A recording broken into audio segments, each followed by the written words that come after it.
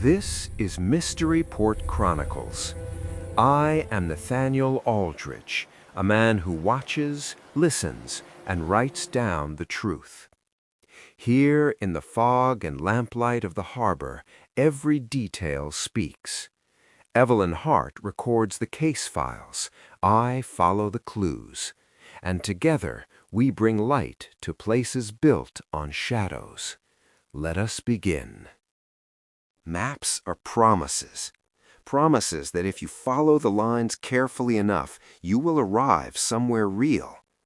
But when those lines are torn apart, when continents are shredded and oceans scattered across the floor like broken glass, what then? We arrived at Magnus Hartley's cartography studio at dawn, summoned by his housekeeper, who had found him hours earlier. The studio occupied the third floor of a weathered building overlooking the harbor, a space that had once been orderly, methodical, precise. Now it looked like a hurricane had torn through a library. Maps covered every surface, not carefully arranged, but violently distributed, pinned to walls with desperate haste, scattered across tables, torn into pieces that lay like fallen leaves. Charts of the Atlantic, surveys of the Pacific, coastal navigation maps, trade routes, river systems, mountain ranges, all of them destroyed. And in the center of this cartographic carnage, slumped over his drafting table, was Magnus Hartley himself, dead. His hands were stained with ink, black, blue, red, as if he had been marking maps until his final breath. The port constable, a practical man named William Reeves, met us at the door. "Natural death, I'd wager," he said. "Heart probably gave out. Man was 68, worked too hard." But I noticed things Constable Reeves did not. The defensive wounds on Hartley's knuckles, the bruising on his throat, faint but present, the way the maps had been torn in systematic patterns, not random destruction, but purposeful searching. "Someone was looking for something," Evelyn said quietly, her notebook already open. "And I suspect," I replied, examining a compass that had rolled beneath the drafting table, "they didn't find it. The compass was expensive, gold-plated, engraved. To Magnus, for mapping the unmappable. J.M. J.M.? A patron? A friend? A killer?" I pocketed the compass carefully. "Constable Reeves," I said, "this was murder, and we'll need to speak with anyone who commissioned work from Mr. Hartley in the past 3 months. The constable's face paled. "That would be quite a list, Mr. Aldrich. Then we'd better begin." Hartley's appointment ledger told a story of a man in high demand, shipping companies wanting trade routes, naval officers requiring coastal surveys, merchants seeking hidden harbors, collectors paying for antique reproductions. But 4 names appeared repeatedly in the final months, 4 clients who had each commissioned the same thing: survey of Falcon's Rock Island, smuggler routes, and hidden coves. The first name, Captain James Morrison, former privateer, now operating legitimate shipping, or claiming to. The second, Inspector Gerald Thorne, customs official responsible for intercepting smuggled goods, a man whose career depended on knowing secret routes. The third, Charlotte Hartley, the cartographer's own daughter, talented mapmaker in her own right, working in her father's shadow. The fourth, Vincent Cross, obsessive collector of rare maps and nautical antiquities, wealthy enough to buy anything, including silence. 4 people, Evelyn observed, 4 identical commissions. "Which means," I said, "Hartley was playing a dangerous game, selling the same information to competing interests." Or, she suggested, he was being pressured by all 4, unable to refuse any of them. I studied the ledger more carefully. Each commission noted a different payment. Morrison, £200, paid in cash. Thorne, professional courtesy, no payment listed. Charlotte, family matter, no payment. Cross, £500, paid by bank draft. £500 for a single map, I murmured. What makes Falcon's Rock so valuable? Evelyn had moved to the wall where a large chart of the coastal waters hung. Falcon's Rock was marked clearly, a small island 20 miles offshore, surrounded by treacherous currents and sharp reefs. But someone had drawn additional marks on the chart in red ink. Marks that looked like coordinates, Evelyn said, but not for navigation. For what, then? She traced the red marks with her finger. For a wreck. Captain James Morrison received us aboard his ship, the Grey Gull, a merchant vessel that had clearly seen better days. The captain himself was a bear of a man, weathered and scarred, with hands that had pulled rope and fired cannon in equal measure. "Magnus Hartley," he said, pouring rum into chipped cups without asking if we wanted any. Good man, honest man, didn't deserve whatever happened to him. "When did you last see him?" I asked. 3 days ago. I went to collect my map. He said it wasn't finished yet, asked for more time. Did he seem frightened? Morrison considered this. Troubled, maybe. Kept looking at his door like he expected someone. Asked me if I'd seen anyone suspicious watching the building. Had you? No, but I wasn't looking. Evelyn leaned forward slightly. Captain, why did you need a map of Falcon's Rock? His expression hardened. I served under letters of marque during the war with France, legitimate privateer work, but there were rumors, stories among the men about a ship we'd captured in '98. The Midnight Crown, Spanish treasure vessel. What happened to it? We were bringing it to port when we hit a storm near Falcon's Rock. Ship went down, took most of the prize money with it. He drained his rum. 23 men died in those waters. I was one of 7 who survived. Been trying to find that wreck for 12 years. And you thought Hartley's map would help? I thought it might show me where to look. The currents are treacherous. Without proper charts, you're sailing blind. I withdrew the gold compass from my pocket. Did you give this to Mr. Hartley? Morrison's eyes widened. Where did you find that? I gave it to him as payment. Heirloom, worth more than the £200 he was charging. Why so generous? His voice dropped. Because if that treasure is still down there, it's worth £50,000, and I needed the best cartographer in port.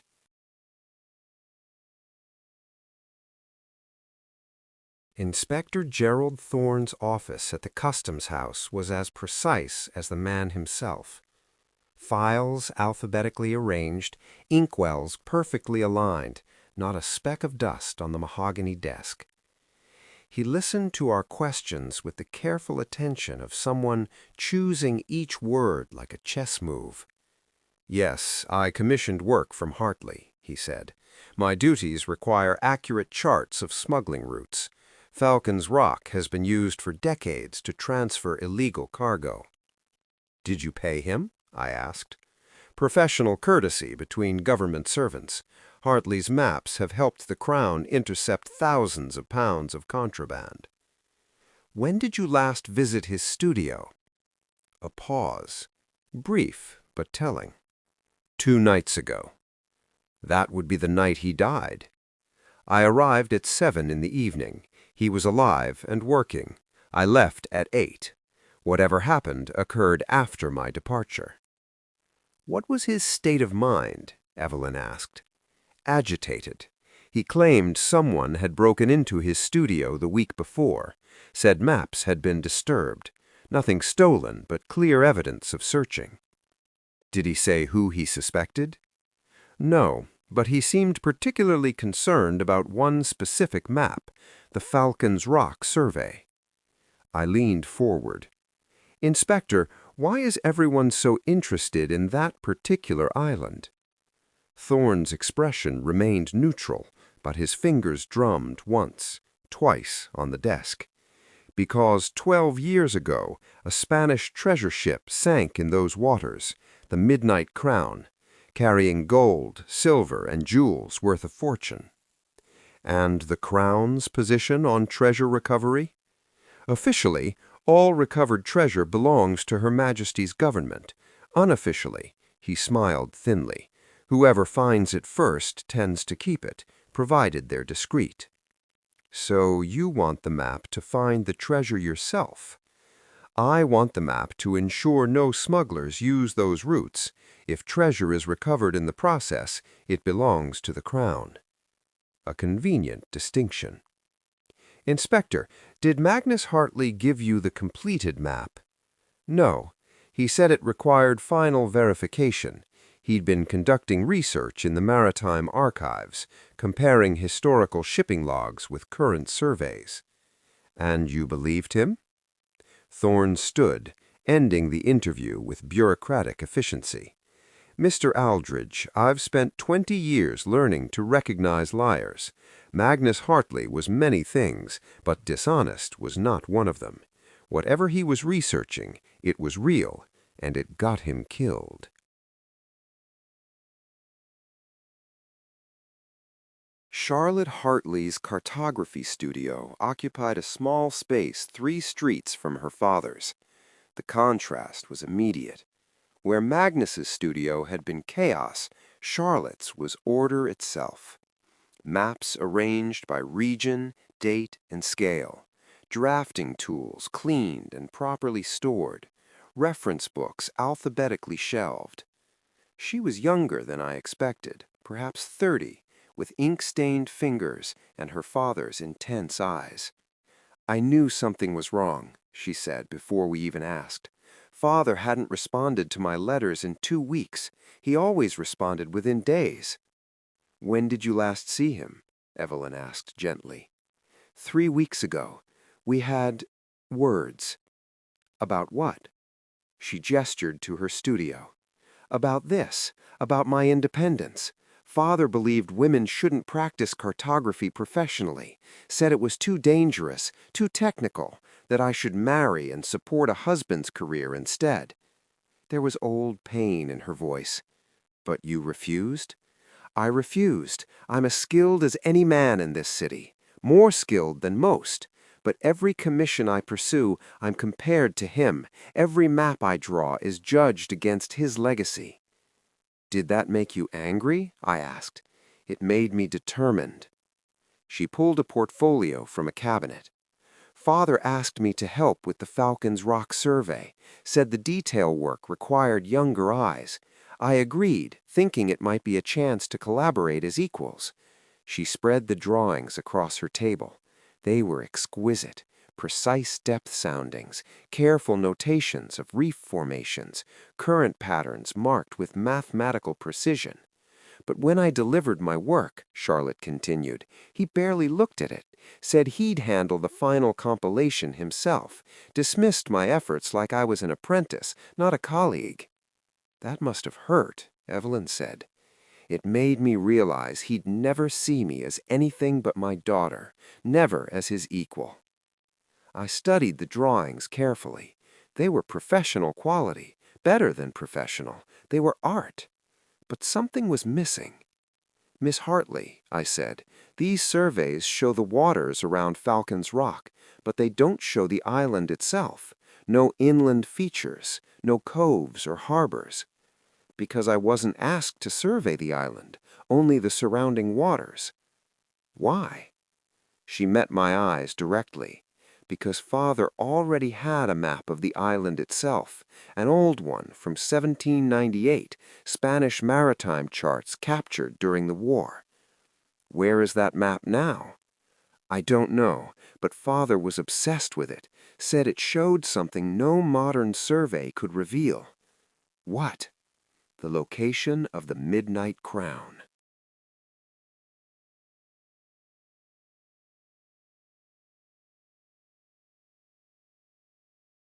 Vincent Cross lived in a mansion that felt more like a museum. Maps covered every wall of his study, not decoratively, but systematically, categorized by era, region, and cartographer. Ptolemaic world maps from the 2nd century, medieval TO maps showing Jerusalem at the center of creation, Dutch Golden Age charts of the East Indies, Mercator projections, Portolan charts, nautical surveys, each worth a fortune, each treated with reverent care. Mr. Cross himself was a thin, precise man in his 50s, wearing white gloves even in his own home. Mr. Hartley's death is a tragedy, he said, though his tone suggested more inconvenience than grief. He was the finest cartographer in England, possibly Europe. You paid him £500 for a single map? I observed. A fair price for exclusive work. What made the Falcon's Rock survey worth such exclusivity? Cross moved to a display case containing a single ancient chart, protected under glass. Do you know what this is, Mr. Aldridge? I examined it carefully. Spanish text, faded ink, dated 1798. A chart of the waters near Falcon's Rock. More specifically, a chart drawn by the navigator of the Midnight Crown 3 months before she sank. Note the careful annotations, the depth soundings, the current patterns. He tapped the glass. And here, do you see this marking, this small X near the eastern reef? I did, barely visible but present.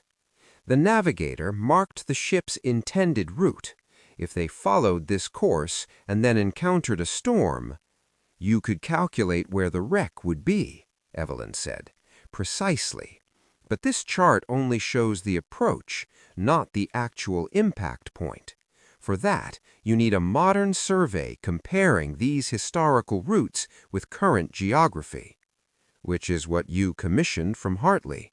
Yes, I gave him access to this original chart, asked him to use it as reference for his survey, to create a map that could overlay the 1798 route with modern conditions. And did he complete the work? Cross's expression darkened. He claimed to have completed it.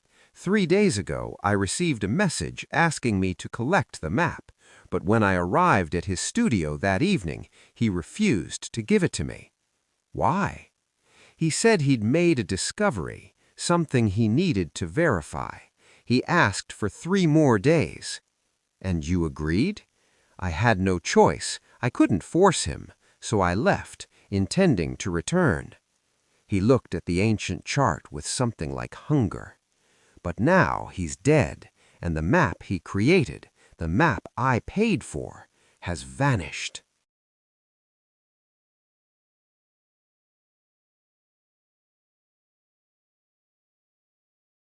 We returned to Hartley's studio at dusk. Constable Reeves had sealed the room, but I had obtained permission to investigate further. Evelyn and I worked by lamplight, carefully examining every torn map, every scattered paper, every ink-stained surface. "What are we looking for?" Evelyn asked.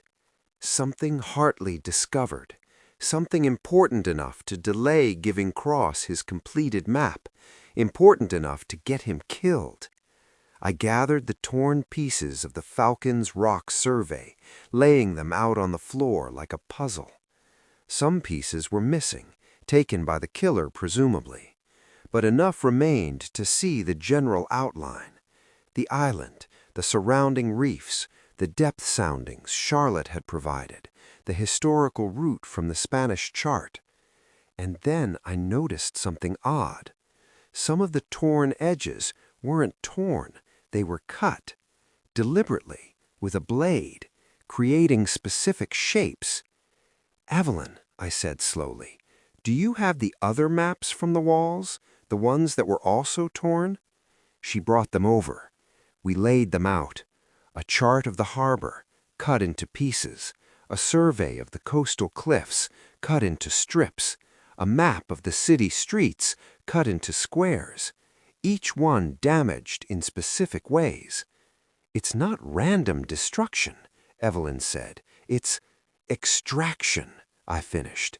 "The killer was cutting out specific sections, specific pieces of information. But why destroy the rest?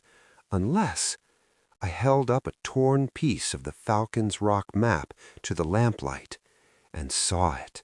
Faint lines, almost invisible, written in a pale ink that only showed when backlit. Coordinates. But not for the wreck, for something else entirely. "He hid the real map," I said. "Hartley knew someone would come for it, so he created a false survey for Cross and hid the true location in pieces across multiple maps using invisible ink." "But how do we find those pieces?" Evelyn asked. "The killer took most of them." I thought of the compass, the ledger, the daughter's detailed surveys. "We follow the pattern. Hartley was methodical. If he hid pieces across multiple maps, he'd have left a key, something to tell him which maps contained which pieces." We searched for another hour and found it. Inside the compass itself, engraved on the inner surface of the lid, so faint you'd miss it unless you knew to look. H17, C33, S12, A9. Coordinates, reference numbers, a key to reassembling the hidden chart.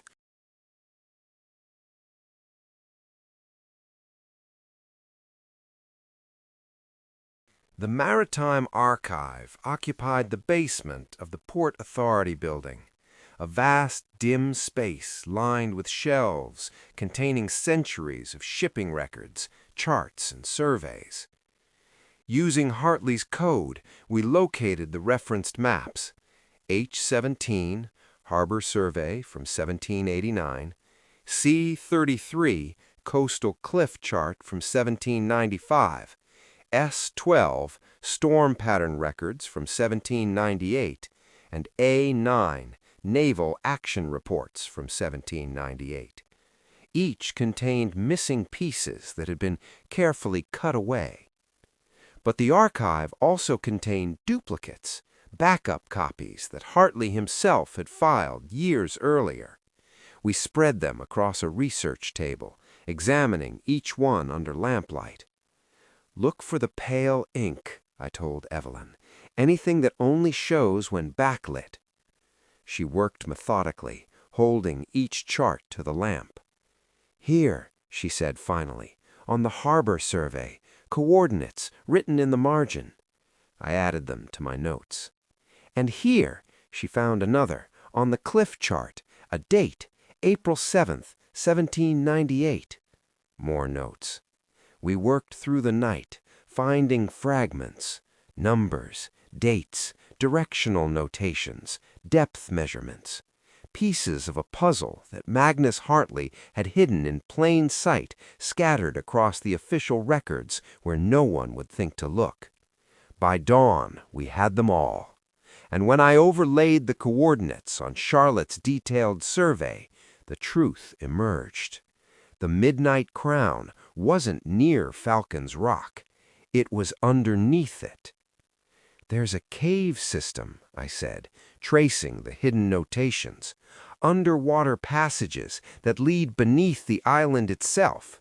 The ship didn't sink in open water. The storm drove it into these caves. Where it's been protected from salvage for 12 years, Evelyn added, and where it remains with 50,000 pounds in treasure." "But who killed Hartley to keep this secret?" she asked. I thought of the 4 clients: Morrison, who needed the treasure to honor his dead crew; Thorne, who wanted it for the crown or himself; Charlotte, who deserved her father's legacy; Cross, who paid handsomely and expected results. One of them had come to that studio. One of them had discovered Hartley's deception. One of them had killed to prevent anyone else from finding the truth. I need to visit Falcon's Rock, I said. Why? Because murderers always return to the scene of their crime, and if I'm right, someone will be there already, trying to reach the Midnight Crown before we reveal what Hartley discovered.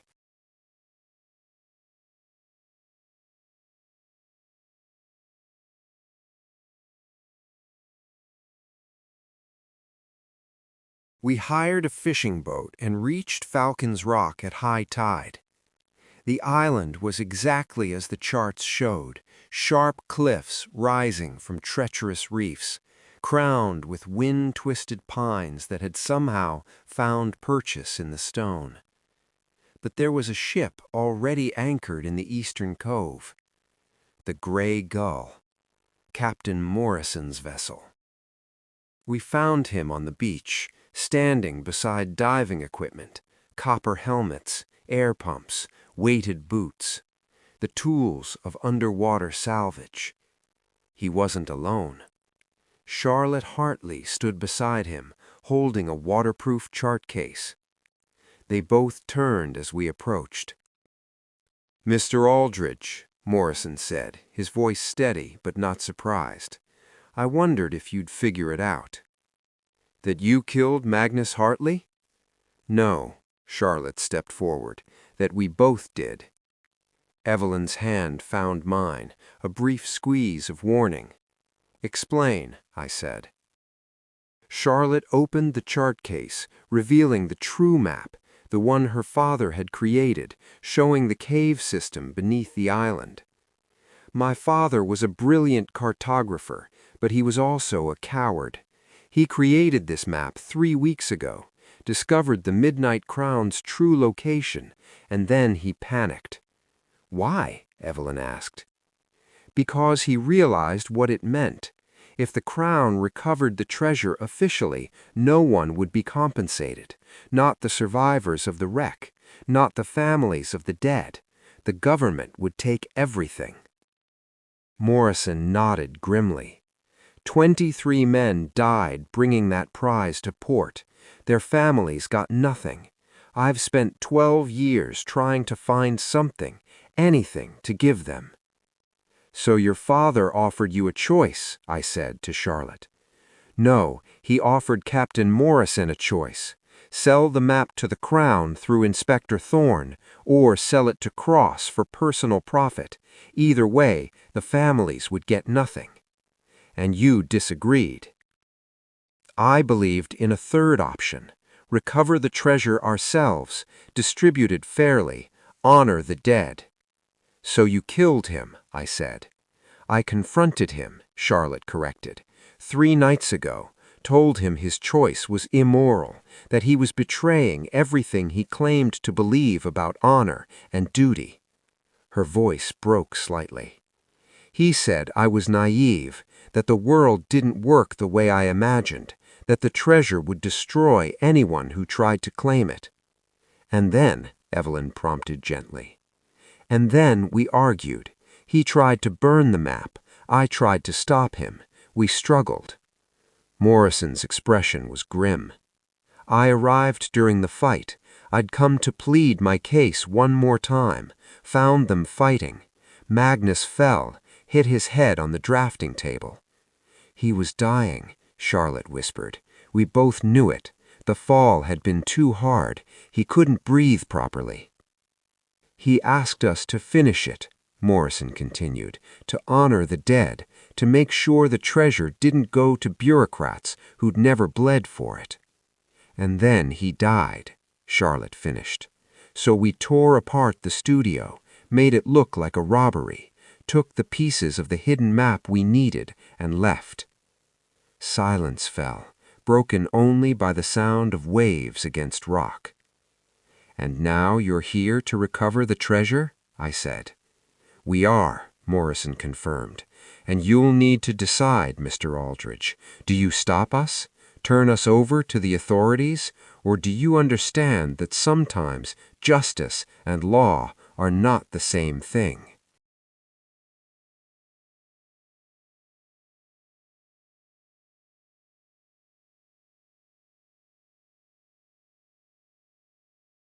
I thought of the families Morrison spoke of.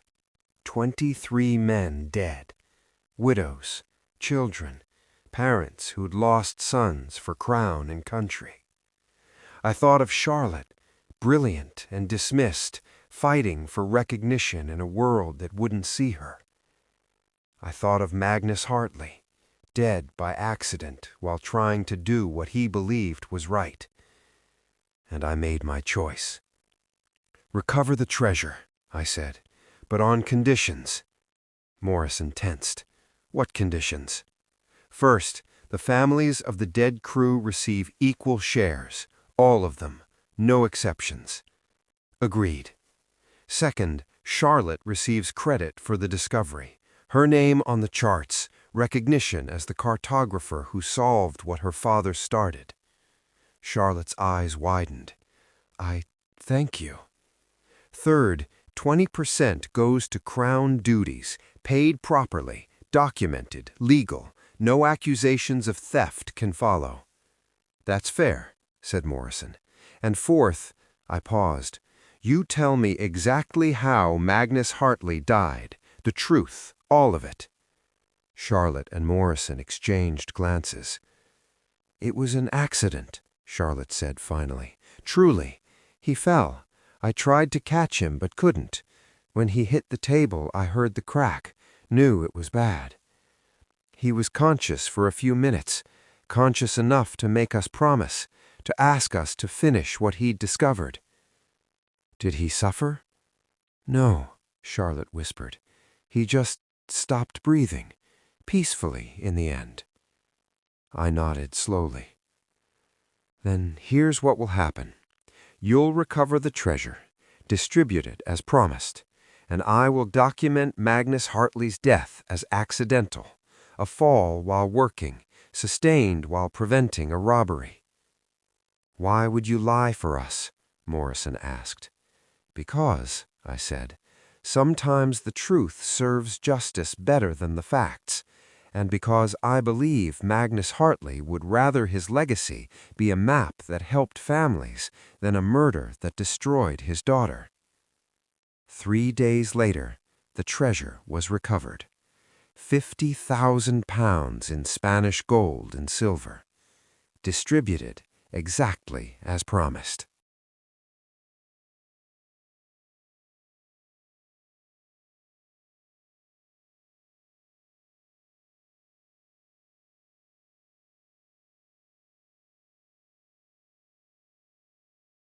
Morning broke slowly over the harbor, washing the port in pale gold, the kind of light that makes promises feel possible.